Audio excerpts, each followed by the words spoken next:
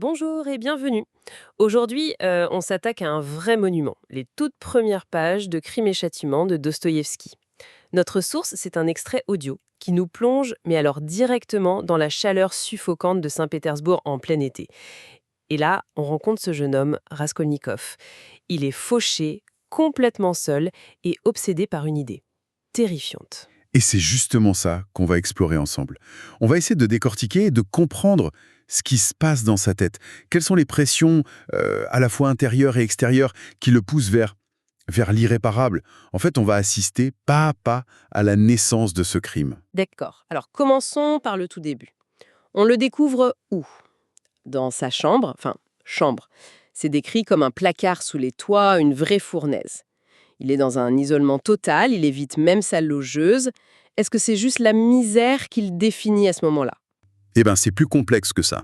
La pauvreté, oui, elle est là, bien sûr. Elle est écrasante. Mhm. Mais ce qui est fascinant, c'est que Dostoïevski insiste sur son état intérieur. Il ne fuit pas les gens par timidité, non. C'est une sorte d'orgueil, de tension. Le texte dit bien qu'il est enfermé en lui-même, qu'il marmonne tout seul. Il vit déjà plus dans sa tête que dans la réalité. C'est cette aliénation qui est le vrai terreau, bien plus que le manque d'argent. C'est vrai, il y a ce monologue intérieur permanent. Il se parle à lui-même. Il y a cette phrase: voilà que je projette un acte audacieux et je me laisse effrayer par pareille niaiserie. On sent déjà cette lutte entre son projet et la peur qu'il voit comme une faiblesse en fait. Exactement. Et quand il sort enfin de son placard, cette lutte intérieure, elle trouve un écho parfait à l'extérieur. La ville elle-même devient un personnage qui l'agresse. Ah oui, l'atmosphère de Saint-Pétersbourg, c'est quelque chose. La chaleur insupportable, la foule, les tavernes qui puent. Le texte parle d'une odeur particulière, presque fétide. C'est sordide, c'est rempli d'ivrogne. Donc la ville, c'est pas juste un décor, elle le pousse vers son idée. Elle l'y pousse et d'une certaine manière, elle la justifie à ses yeux. Toute cette laideur, cette misère, ça nourrit son dégoût du monde. Ça nourrit son désir de s'en extraire par un acte radical. Il veut prouver qu'il n'est pas comme cette masse grouillante qu'il est tout dessus. L'oppression de la ville devient une sorte d'excuse pour sa propre transgression. Et c'est dans cet état qu'il va à sa première destination, Raskolnikov, l'appartement d'une vieille usurière, Aliona Ivanovna. Mais le texte est très clair là-dessus. Il n'y va pas pour une simple transaction. C'est ce qu'il appelle une répétition. Une répétition, le mot est parfait. Ce qui est frappant, c'est qu'il n'est pas du tout intéressé par l'argent qu'il va tirer de la montre de son père. Son attention est complètement ailleurs. Il observe tout, avec une précision presque chirurgicale. Mais c'est dingue, il note absolument tout. Ah oui. La disposition des meubles, le son de la sonnette. On a l'impression qu'il fait un véritable repérage. Il est obsédé par les clés de la vieille, hein. C'est exactement ça. Il remarque qu'elle a ses clés dans sa poche droite et surtout, il repère cette brosse clé avec un panneauton dentelé. Il se dit qu'elle ne peut pas être pour la commode. Il en déduit qu'elle doit servir à ouvrir un coffre. Il est déjà en train de planifier, de visualiser l'acte. Il est à la fois l'acteur et le metteur en scène. Et pourtant, dès qu'il sort de chez elle, après avoir négocié ce ridicule rouble et 15 copecs, il est submergé par le dégoût. Il se dit: mon Dieu, comme tout cela est immonde. Il rejette son idée, il la traite d'absurdité. Comment on explique ça? C'est le cœur du personnage, ça. Son esprit peut concevoir une théorie grandiose, presque abstraite, sur le droit de tuer.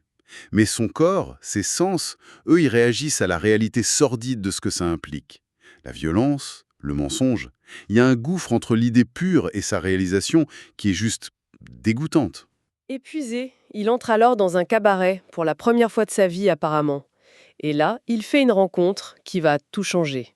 Un certain Marmeladov. Oui, et Marmeladov, c'est un personnage absolument clé. Il va agir comme une sorte de miroir déformant pour Raskolnikov.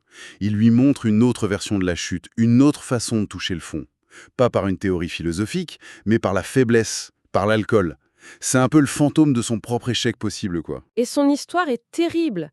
Il explique sa fameuse théorie d'Oumor.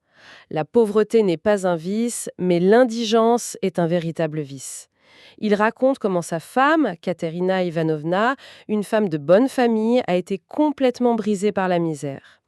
Mais le pire, c'est ce qu'il raconte sur sa fille, Sonia. Tout à fait. L'histoire de Sonia. Sonia qui a dû se prostituer pour nourrir la famille. Elle a reçu son billet jaune, le permis de prostitution, la scène qu'il décrit où elle rapporte ses premiers troubles et où sa belle-mère s'agenouille pour lui baiser les pieds, c'est d'une puissance folle. D'un seul coup, Sonia devient l'incarnation du sacrifice absolu. Et ça va marquer Raskolnikov au fer rouge. Et Marmeladov, pendant ce temps, il avoue tranquillement qu'il vient de boire l'argent que cette même Sonia venait de lui donner. C'est sans fond. Et son discours se termine sur une vision du jugement dernier qui est l'exact opposé de la philosophie de Raskolnikov. Marmeladov, il imaginait un dieu qui pardonnera à tout le monde, même aux ivrognes, comme lui, par pure pitié. Justement parce qu'ils se sont jamais sentis dignes. Alors que Raskolnikov, lui, il veut faire son crime pour prouver qu'il est digne, qu'il fait partie des êtres supérieurs. Il le raccompagne chez lui, il assiste à une scène de chaos familial total, et en partant, il laisse ses dernières pièces sur le rebord de la fenêtre. Un geste de pitié. Mais juste après, il le regrette et pense avec un cynisme total « Sonia a besoin de pommade ». Qu'est-ce que ça nous dit de lui, ça? Ça nous dit tout. Il est capable d'un élan de compassion, mais son intellect, froid, analytique, reprend tout de suite le dessus. Il analyse le geste, il le juge stupide, il conclut d'abord que l'homme est lâche, qu'il s'habitue à tout, puis il se révolte contre cette idée. Pour lui, si l'homme n'est pas lâche, alors il doit tout piétiner, y compris ses peurs. Cette rencontre, en fait, elle ne le détourne pas de son projet. Au contraire, elle le rend plus concret, plus urgent. Et la dernière impulsion, l'étincelle finale, elle va arriver de la manière la plus personnelle qui soit, Exactement. une lettre de sa famille. C'est ça. Exactement. Le lendemain, il reçoit cette longue, très longue lettre de sa mère. Et là, c'est la véritable détonation. Il y apprend que sa sœur, Dounia, va se marier avec un certain Loudjine. Et la description de ce type est glaçante. Sa mère explique qu'il veut épouser une fille pauvre exprès pour qu'elle lui doive tout, qu'elle le voie comme son bienfaiteur. C'est une humiliation. Et pour Raskolnikov, c'est juste insupportable. Il voit le parallèle tout de suite. Immédiatement. Avec Sonia. Pour lui, c'est pas un mariage, c'est une prostitution déguisée. Sa sœur est en train de se vendre. Et le pire, c'est qu'elle le fait pour lui, pour l'aider à finir ses études. Sa rage est palpable dans le texte. Il se dit « Non, maman, non, Dounia, vous ne m'éduperez pas. C'est pour moi qu'elle se vend. » À ce moment-là, son idée de crime, elle change de nature, non? C'est plus une théorie abstraite. Ça devient une nécessité personnelle. Ce n'est plus « Est-ce que j'ai le droit de tuer une usurière pour le bien de l'humanité ?» C'est « Je dois trouver de l'argent tout de suite pour empêcher ma sœur de se sacrifier pour moi. » Le crime devient, dans sa logique tordue, un acte d'amour familial. Épuisé par tout ça, il s'endort. Et il fait un rêve absolument atroce. Il se revoit enfant, en train de regarder des paysans ivres battre à mort un vieux cheval qui n'arrive plus à tirer leur charrette. La violence est inouïe. Ce rêve, il est capital. C'est une vision de la cruauté pure, gratuite, infligée à une créature innocente. C'est l'exact opposé de son projet de crime rationnel. Du coup, quand il se réveille, il est horrifié par son propre projet. Il le rejette, il se demande « Est-ce que je pourrais vraiment prendre une hache et lui fracasser le crâne ?» On a l'impression à ce moment-là qu'il est sauvé. Il a vu la laideur brute de la violence. Mais c'est Dostoïevski. Et le hasard ou le destin va s'en mêler. Juste au moment où il se sent libéré de son rêve maudit, il passe par le marché aux foin et il surprend une conversation qui va absolument tout changer. C'est le coup de théâtre. Il entend par le plus grand des hasards Elisabeth, la demi-sœur de l'usurière, dire qu'elle ne sera pas chez elle le lendemain soir, et que donc la vieille sera seule. C'est incroyable. C'est comme si l'univers conspirait pour le pousser à l'acte. Et c'est exactement comme ça qu'il l'interprète. C'est comme s'il cherchait un signe, une excuse, et que l'univers venait de le lui servir sur un plateau d'argent. À ce moment-là, tous ses doutes moraux, tout le dégoût inspiré par le rêve, hop, balayé.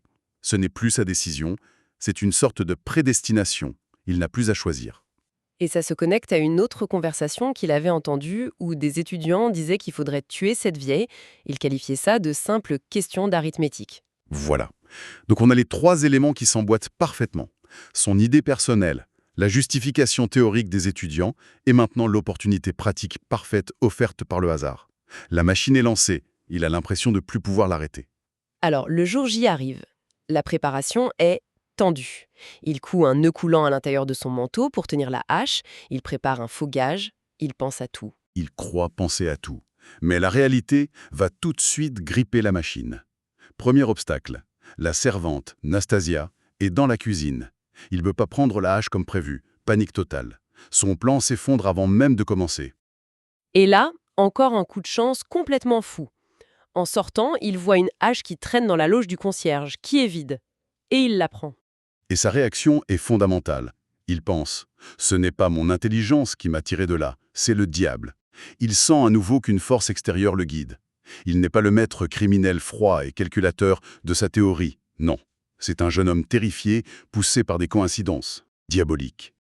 La suite, c'est une montée en tension insoutenable. Les escaliers, la sonnette, l'attente, et puis l'acte. Il frappe la vieille avec le dos de la hache. Une fois, puis deux autres. Le sang jaillit. C'est brutal. Mais le vrai basculement, le moment où tout s'effondre, c'est pas ce meurtre-là. C'est ce qui se passe juste après. L'arrivée d'Elisabeth, la demi-sœur de la vieille, la femme douce et innocente qu'il avait entendue la veille. Elle rentre à l'improviste, elle découvre la scène, elle est pétrifiée. Et Raskolnikov, en panique totale, se jette sur elle et la tue aussi, d'un seul coup de hache. Et là, c'est la fin de la théorie, la fin de l'arithmétique. Il voulait tuer un principe, un pouls nuisible, il vient d'assassiner une femme innocente. Il n'y a plus aucune justification possible. C'est le chaos. Toute sa belle construction intellectuelle s'effondre. Et la fuite est tout aussi chaotique. Des hommes arrivent et frappent à la porte alors qu'il est encore là. Il doit se cacher dans un appartement vide pendant qu'il passe. Mais justement, rien ne se passe comme prévu. C'est ça. Il n'est pas du tout un Napoléon du crime. C'est juste un gamin terrorisé qui a une chance, mais une chance incroyable. Il réussit à sortir, à remettre l'âche, mais c'est une succession de miracles, pas le fruit d'un génie criminel. Finalement, il rentre dans sa chambre. Il s'effondre sur son lit, dans un état second. Le crime est accompli. Oui, l'acte est consommé. Et ça nous laisse avec la question qui va hanter tout le reste du livre. Raskolnikov a tout misé sur une idée connue, prouver qu'il était un homme extraordinaire. Mais la réalité du crime, le hasard, la panique et surtout le meurtre absurde d'Elisabeth a pulvérisé cette idée. Alors, la question, c'est plus de savoir s'il va échapper à la police.